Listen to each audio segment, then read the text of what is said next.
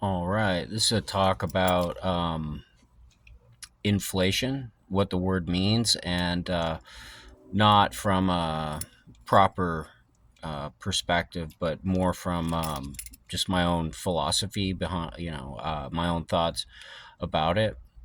Kind of like just my own armchair economics sort of perspective, but I think this is useful. And if you're into math, you could actually turn this idea into some kind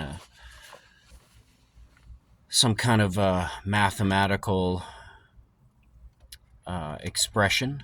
But I'm too lazy, so I'm just gonna talk about it. But inflation to a normal person, um, usually they'll just think about it in terms of the things that I need, the things that I want to buy cost more. But if you look, and which is usually true. However, um, behind that, for a better understanding of what's really going on, is that inflation is really when there's two things that go together in a chain of economy. So, and then the relative supply of those things at any given time, and the biggest. And when I say commodity, I'm talking about any basic thing that is semi ubiquitous, like all over the place. It's one of the main things that we use. So money is a commodity, something like copper, something like silver, or there's a ton of examples. Silicone. But usually in modern day, we talk. But you can actually have inflation, for example, between gold and silver, right? So it's a proportion. But in our everyday talk, we usually talk about money, the amount of money on one side, and then the amount of stuff that can be purchased, right?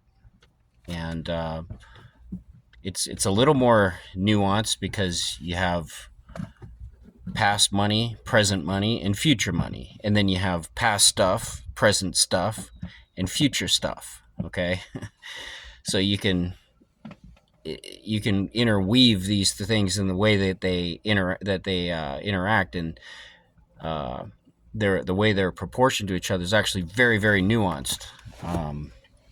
For example, if you have sound money, it's based on like a commodity based money, like gold or something like that. It's based on completed work in the past.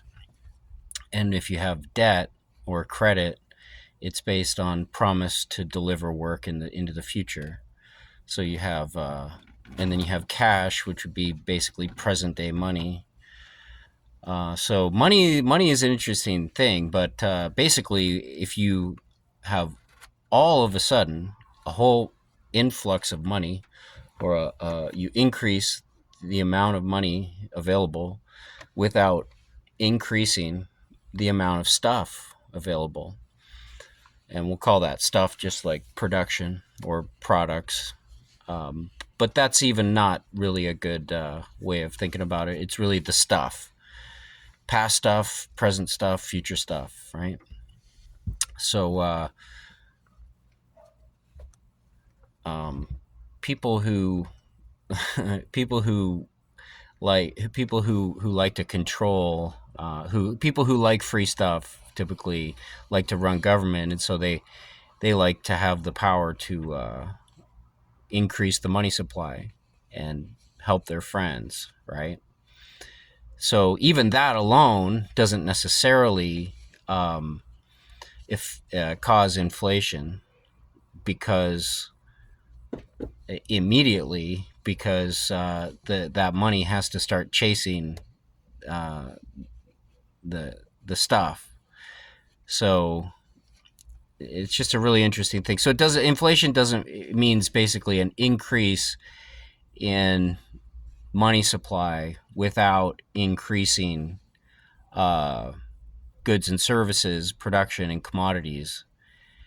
And then when that new money is used to chase goods and services, then inflation occurs, and then price increases is a result of that process. Okay, now I'm gonna, if you're still watching this video, I'm gonna go one step further. If you're into calculus, actually, it, the derivative between the change in money supply and the change in supply of goods and services. So if you combine those two proportions and take the derivative of that, the delta, that would give you a better metric for what inflation is. And it doesn't necessarily mean higher prices. Okay, so there's a lot to this. I probably didn't explain it very good, but just let me know if you think I'm onto something there, or if that helps you. Take care.